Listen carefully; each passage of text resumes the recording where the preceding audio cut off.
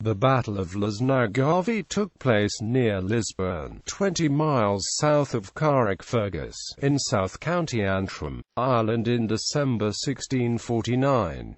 It was fought between the Royalists' army and the Parliamentarians during the Wars of the Three Kingdoms. Background: when the army of Oliver Cromwell landed in Dublin in August 1649, the only large town in Ulster held by the Parliamentarians was Derry. Charles Coote's forces had managed to resist the Royalist-Confederate alliance in 1649 thanks to an alliance of convenience with Owen Roe O'Neill and his Ulster Irish army. After Cromwell had conquered the major town of Drogheda in September, he sent Colonel Robert Venables with a force of 5,000 men to conquer East Ulster, while Cromwell himself headed south with the rest of the army. Within days Venables had occupied Dundalk, and shortly after he captured the port of Carlingford and a number of nearby castles with the help of a Parliamentarian frigate. The next day the Parliamentarian cavalry captured Newry. The only serious resistance encountered by Venables' force occurred on the 27th of September, when some of Phelim O'Neill's Ulster Irish launched a surprise attack on the Parliamentarian camp near Lisnagarvey.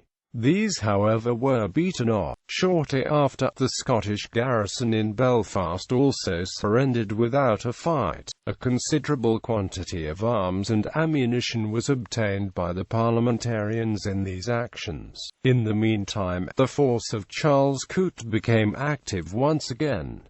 Coote's first target was Coleraine. Some of the Protestant townsmen opened a gate and let his forces in. Coote then proceeded to massacre the garrison. Most of the defenders were in fact Protestants of Scottish birth, but Coote was not one to show mercy to an enemy. Coote's forces then joined Venables at Belfast, who was preparing an attack on Carrickfergus. The battle. In early December, Major General Monro's mostly Scottish army, 3,000 strong, joined forces with the Royalist Lord Clandeboy. The Royalists marched north in an attempt to stop the Parliamentarian army from taking Carrickfergus.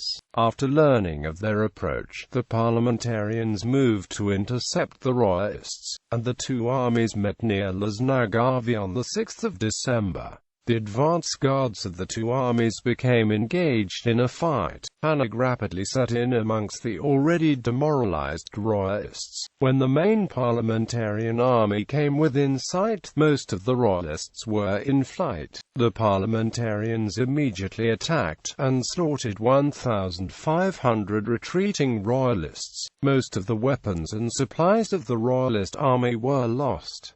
Clandeboy surrendered shortly after the battle, while Monro fled to Enniskillen. Consequences: the rout at Lisnagarvey ended resistance by the Scottish Ulster forces to the Parliamentarian army. Carrickfergus surrendered to Coote on the 13th of December. True to form, Coote had the families of the Scottish garrison thrown out of the town and into the winter cold. Thereafter, only a few strongholds in Ulster remained in Royalist hands. Early in 1650, Monro surrendered Enniskillen to Coote for 500 liras and returned to Scotland. The Ulster Irish army was now all that was left in the way of a Parliamentarian conquest of Ulster.